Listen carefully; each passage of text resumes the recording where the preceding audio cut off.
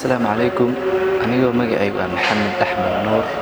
Waxaan halkan aad ugu mahadcelinayaa shirkadda Go Turkish Study oo igu soo saartay fiisooyin muddo kooban.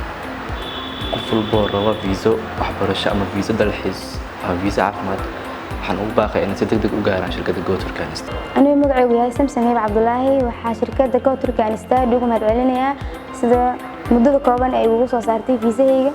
بسم الله أنا magacaygu waa Iskariim Maxamed Xuseen waxaa halkan ugu mahadcelinayaa shirkadda Go Turkish oo fiisahayga ugu siisay muddo kooban. بسم الله aniga waa magacayga Maxamed Cabdullaahi Maxamed halkan waxaa ugu mahadcelinayaa shirkadda Go Turkish Study oo igu soo saartay fiisahayga muddo kooban. Bismillahir Rahmaanir Rahiim magacaygu waa Nisaan Cabdi waxaan halkan ugu mahadcelinayaa shirkadda Go Turkish Study muddada kooban igu soo saartay fiisahayga. Assalaamu calaykum aniga magacaygu yahay Xamdi Cabdullaahi Maxamuud waxaan inta ugu mahadcelinayaa shirkadda Go Turkish Study oo muddo kooban igu بسم الله أنا ومجعي عبد الله غليف آدم إن وحاد ياد ومهدعلنا شركة Go Turkish وفيزا يوصل صارتي مدكورا. أولاً السلام عليكم ورحمة الله وبركاته.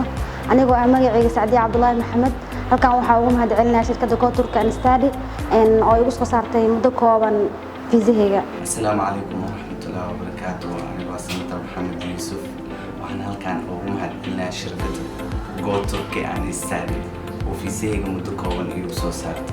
Thank you على شركة Go Turkish Study.